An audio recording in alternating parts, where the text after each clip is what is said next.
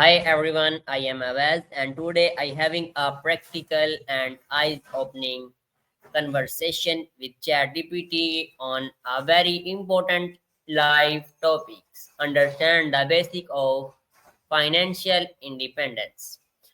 Financial importance is not just about earning money, it's about meaning, it's widely building security and create freedom in life. It's about having a control over your time, choice, your future. So let's explore how we can take the first step towards financial freedom with ChatGPT. So let's start it.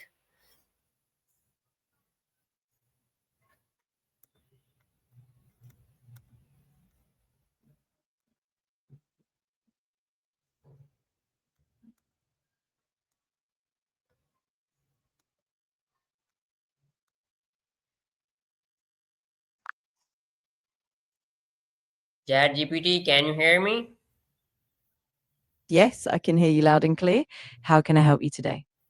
ChatGPT, today we will discuss or our conversation topic is understanding the basic of financial independence. Can you discuss this topic with me? Absolutely. Financial independence is such a valuable topic. We can dive into the fundamentals like budgeting, saving, investing, and creating passive income streams. Just let me know what specific areas you're curious about, and we'll get started.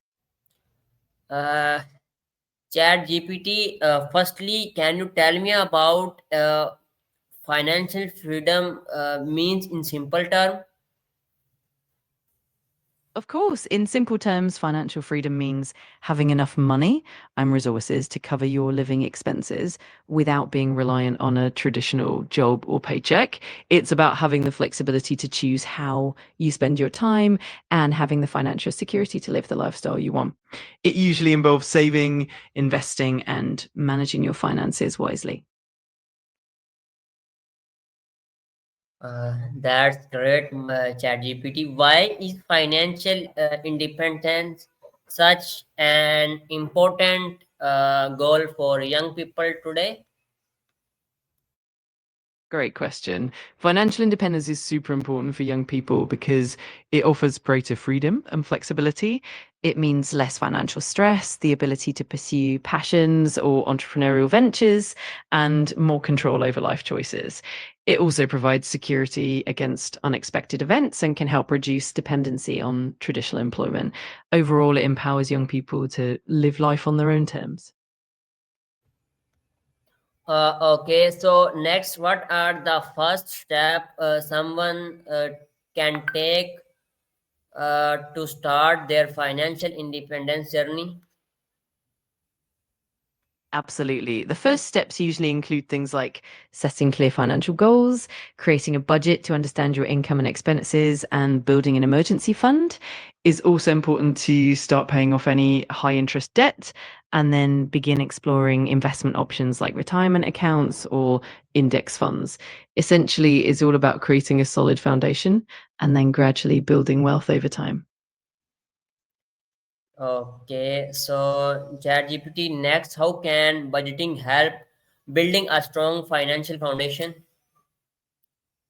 Budgeting is really the cornerstone of financial health. It helps you track your income and expenses so you can see exactly where your money's going. By doing that, you can identify areas where you might cut back and save more. It also helps you prioritize your spending, plan for future goals, and avoid debt. Over time, good budgeting leads to better financial decisions and a more stable financial future. Okay, why is saving money regularly more important than earning a high income? That's a great point. Saving regularly is crucial because even if you earn a high income, without saving, it's easy to spend everything you make. Regular saving builds financial discipline, helps you create a safety net for emergencies, and allows you to invest and grow your wealth over time. In other words, it's not just about how much you earn, but how much you keep and grow that truly leads to financial independence. What the difference between saving and investing? Great question. Saving typically involves putting money in low risk, easily accessible accounts like savings accounts or fixed deposits, which are meant for short term goals and emergencies. Investing, on the other hand, involves putting your money into assets like stocks, bonds, or real estate, which have a higher potential for growth, but also come with more risk. In short, saving is about security and liquidity, while investing is about growing wealth over the long term. Okay. So next, how can someone start investing safely if they have little experience? A great way to start investing safely is to begin with some basic low risk options. For instance, you can look into index funds or exchange traded funds, ETFs, which offer diversification and tend to be less volatile. It's also wise to educate yourself through reliable resources, consider starting with smaller amounts, and maybe even consult a financial advisor for personalized guidance. Over time, as you gain experience and confidence, you can gradually explore more complex investment strategies. Okay. What are some common financial mistakes people make early in life? There are definitely a few common pitfalls. Some people tend to live beyond their means, accumulating debt, especially with high interest credit cards. Another common mistake is not having an emergency fund, which can lead to financial stress when unexpected expenses arise. Also, procrastinating on saving for retirement is pretty common. And sometimes people don't diversify their investments, which can increase risk. Being mindful of these can really help set a solid financial foundation. Okay. How can people manage It sounds debit wisely and avoid financial stress? Absolutely. Managing finances and avoiding stress often comes down to creating a balanced budget, prioritizing essential expenses, and setting realistic goals. It also helps to automate savings, build that emergency fund, and keep debt under control. And of course, maintaining a healthy mindset around money, seeking advice when needed, and staying consistent can really reduce financial stress over time. Okay. How can student or beginner learn more about managing money effectively? There are lots of great ways. Students and beginners can start by exploring personal finance books, reputable websites, and even online courses that cover the basics of budgeting, saving, and investing. It's also super helpful to use budgeting apps to get hands on experience. Plus, joining financial literacy communities or forums can provide valuable tips and support. The key is to start small, stay curious, and keep learning along the way. Okay, what are some simple daily habits that lead to long-term financial stability?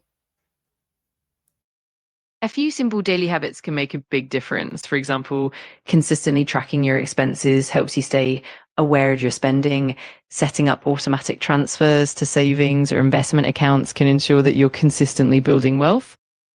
Another good habit is to review your financial goals regularly, which keeps you motivated and on track. And of course, being mindful of impulse purchases and focusing on needs over wants can really contribute to long term stability. Finally, ChatGPT, what your message about how everyone can start producing towards financial independence, no matter where they are. Absolutely. The key message is that financial independence is achievable for everyone, regardless of their starting point. It all begins with small, consistent steps, creating a budget, building an emergency fund, and gradually learning about saving and investing. The important part is staying consistent, being patient, and continuously educating yourself. Over time, these habits compound, and anyone can move toward financial freedom. Okay, thank you so much, ChatGPT. Today I learned that financial independence is not about being rich, it's about being free. It starts with awareness, growth, and disciplines, and blooms with smart choice. Uh, Absolutely, you summed it up perfectly. It really is all about those mindful choices and building a solid foundation. I'm so glad you found it helpful. If you have any more questions or want to dive deeper into any aspects, just let me know. Okay, to everyone watching, remember every rupees has saved and every wise decision make bring you one step closer to freedom. Start small, stay consistent, and believe in your ability to build a secure futures. If you find this discussion helpfully, don't forget like and comment below. See you all in the next video.